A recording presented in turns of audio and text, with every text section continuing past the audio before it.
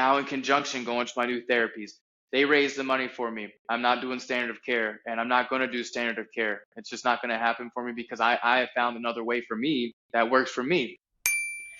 I had this incredible doctor, and he knows who he is. I love that man with all my heart. He's a legend.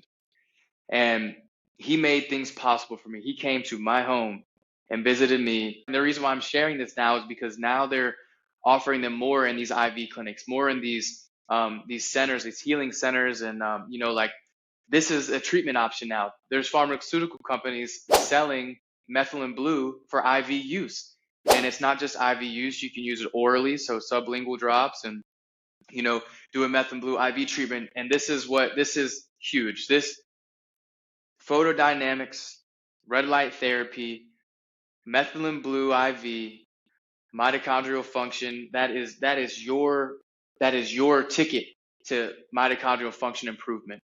The methylene blue is an electron donor. So I want to just elaborate on that a little bit. It has the ability to carry photons through the blood. You run it through the red light, it carries the photons through the blood into the cells.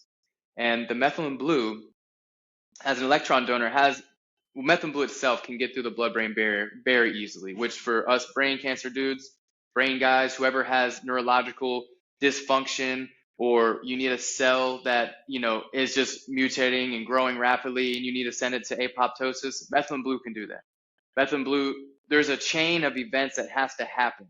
And a lot of the times you have to have them all working in sequence like an assembly line. If you don't, they start to bottleneck. Well, methylene blue doesn't have to start at the beginning of the line. It can go to the end of the line and fix where it's having an issue that creates the bottleneck. And then it comes back and fixes your little assembly line. And then it goes through and it can get your cell what it needs, where it needs it. And that's so important to understand that methylene blue has been around for over 100 years. Over that, it's been used. It's in every emergency room around the world. Okay, it's used for so many things. If you get bit by a rattlesnake, go find yourself some methylene blue like that, right? If you have some dysfunction in your cells, get that methylene blue in your cells. If you have Alzheimer's, neurodysfunction, degenerative stuff, methylene blue can help. It gives the mitochondrial the energy it needs, the cell the energy it needs to boost its energy efficiency, its function. And now you've got people with these brain things going on in different directions, cells that are growing rapidly that need apoptosis, cells that aren't performing enough, and that methylene blue can get in there. Now you use the hyperbaric chamber, and now you're oxygenating the blood even more. And we know that cancer cells thrive in an acidic environment. So now you can create an oxygenated environment, which will slow and stop the growth of a cancer cell in its tracks and reverse things. And you can start to fathom, just like, whoa, dude, that's a trifecta. That's all synergy.